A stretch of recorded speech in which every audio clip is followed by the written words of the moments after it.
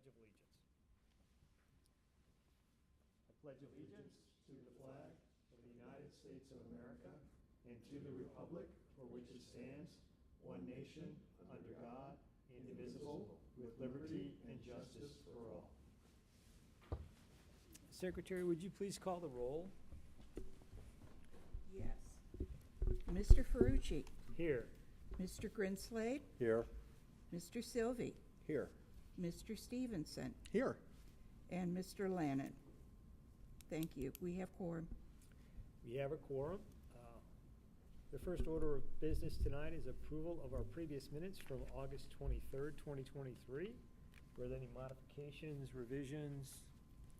Anyone object to approval of the minutes? All in favor? Aye. Minutes are approved. Our first public hearing tonight is the Cook accessory structure variance. The address is 13595 East 114th Street, Fishers, 46037. Case number VA 23-24. The request is consideration of a development standards variance from section 6.2.2.A, residential accessory structure, maximum floor area of the City Unified Development Ordinance to allow for a maximum accessory size of 3,720 square feet. Our petitioner is Adam Gillette. Gillette. Thank you, sir. Would you please approach the podium and go ahead with your petition? My name is Adam Gillette. I'm representing the Cook family. The are unavailable not around. They're out of the country, so I'm doing an addition to their house.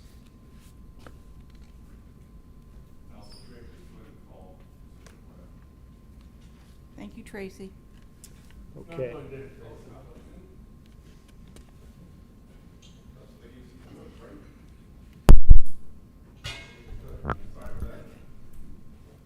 right. Sir, Little before technical you difficulties. proceed, Mr. Lannon, can you hear us okay?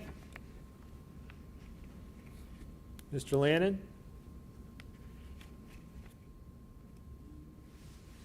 We have someone remote, making sure he can hear us. And Greg, can you hear us?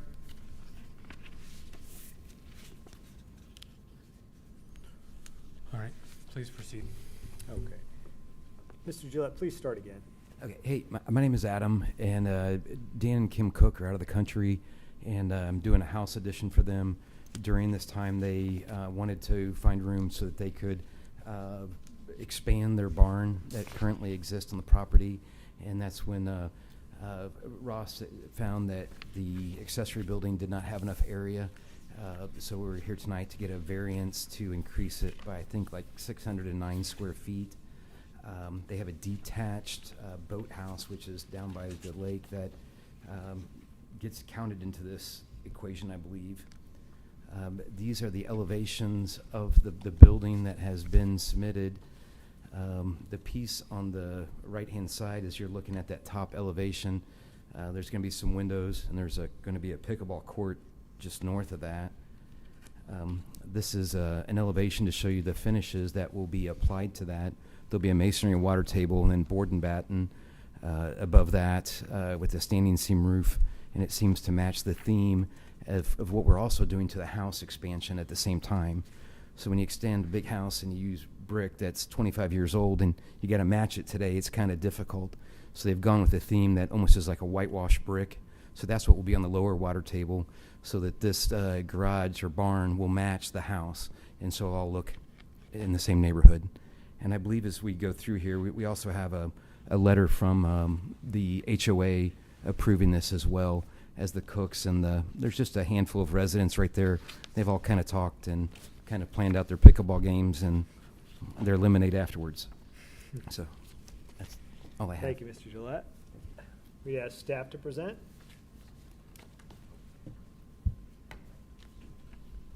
Thank you. For the record, Ross Hillary. I am the Director of Planning and Zoning now. Congratulations. Thank you. Thanks for having us tonight. Before you is VA 2324, which is the Cook variance. This is for accessory structure located at 13595 East 114th Street. The petitioner is Adam Gillette. He is the contractor for the property owners, Dan and Kim Cook. They are requesting a development standard variance to allow for an increase in maximum accessory structure from 2,000 square feet, which is the allowed amount in their zoning district, to a total of 3,700 square feet as staff has done the calculations. And this is from section 6.2.2A of the residential accessory structure maximum floor area. For some context, this is Country Lane Estates. This is where the property is located. It currently sits on 2 parcels. The house is on the south side, and the accessory structure we're talking about tonight is further north. We are going to orientate sideways. So again, you can see the existing house on the left side of the drawing. The addition that Mr. Gillette was talking about is shown there with that crossed area. And then the barn structure is currently located north of the property with the addition north of that. Dan and Kim Cook purchased the property in 2022 and submitted residential building permits for renovations in February. Revisions were submitted again in June, which then included an accessory structure. Upon review of that, staff requested that we separate the house and accessory structure so they can continue their renovations as staff evaluated the square footage. An existing structure, 32 by 30, and is shown there on the site plan, resides on the property. The petitioner is seeking to expand that by 44 by 40 feet, which staff has that as 1,760 square feet for a total of 2,720. Staff has done a calculation of the approximate size of the boathouse, which is located right off of Geist, at around 1,000 square feet. So that is why staff is asking for a total maximum of 3,720 square feet before you tonight. As Mr. Gillette said, these are the elevations that were provided to staff. Staff has no concerns. These are also the elevations that were provided to the neighbors. And as Mr. Gillette said, staff did receive a letter of support email from the HOA and the surrounding neighbors. With that, staff does have no recommendation for this. Should the board approve the petition, we do recommend that a letter is recorded on the property. Happy to answer any questions. Members of the board, any questions for staff? I don't have any. Seeing no questions, I'm going to go ahead and open the public hearing. If anyone is here from the public to speak on petition VA 23-24, please approach the podium. Seeing no one, I'll close the public hearing. Members of the board, any questions for petitioner or a motion? No questions. No questions? No questions. No questions. Do we have a motion?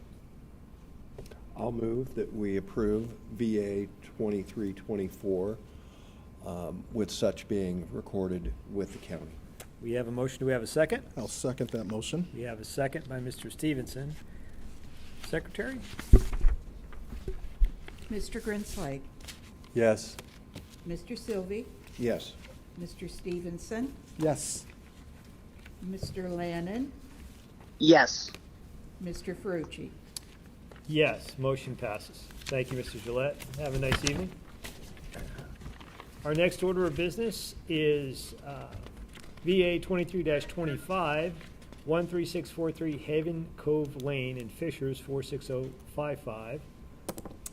This is a request for consideration of a development standards variance from section 3.2.3 of the city's Unified Development Ordinance and Marina PUD Ordinance number 041210 to increase the maximum permitted impervious surface area from 35 to 55% to allow for a side load garage, pool, and pool deck.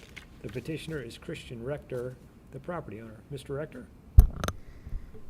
Good evening. Thank you guys for coming out tonight. So, as mentioned, this is an application for variance to increase the impervious lot coverage. You can see our preliminary plot plan up there. We're still in the process of finalizing so that we can go out for permit, but we do have the structure set. You can see we have a side load 3-car garage that will allow us to have the 4th car carriage that you can pull straight in there. So we have a large driveway area and then the pool deck with covered patio in back. Currently is laid out. We're just shy of 50%, so asking to round up to 55 because that 4 foot private walk coming up to the front porch. We're going to have some steps going up, so we'll add some there, and we need to figure out where to put a hot tub. But being on Geist, drainage should not be of concern, given the ability to drain to the lake there. So, I don't know if you have any questions. Thank you, Mr. Director. Any questions? No. Staff?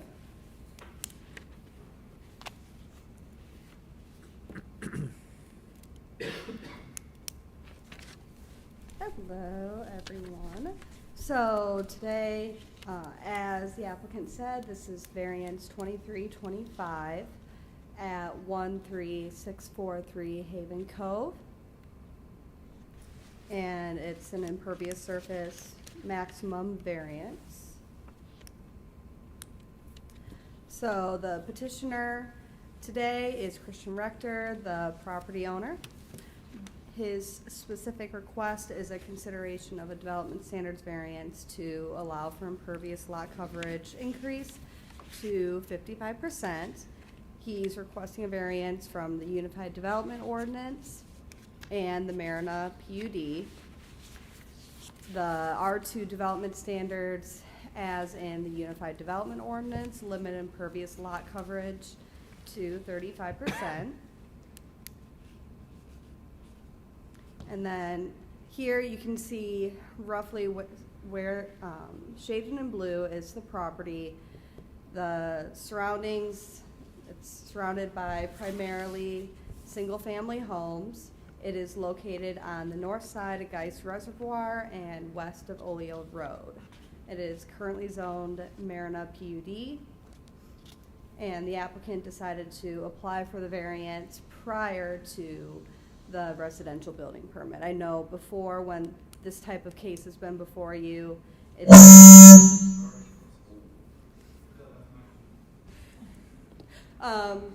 prior to when a previous case flipped it, but this time he chose to apply for the variance first. And so this is the site plan, same as what the applicant showed. The impervious surface is generally outlined in red, which basically is just the very top part of the site plan, which is at the back of the property alongside Geist. And so upon staff review, the pool, hardscape, and silo garage would put the lot's impervious surface coverage above 35%, hence the request for 55% impervious surface. And we did allow some buffer just in case because of the sidewalk and steps.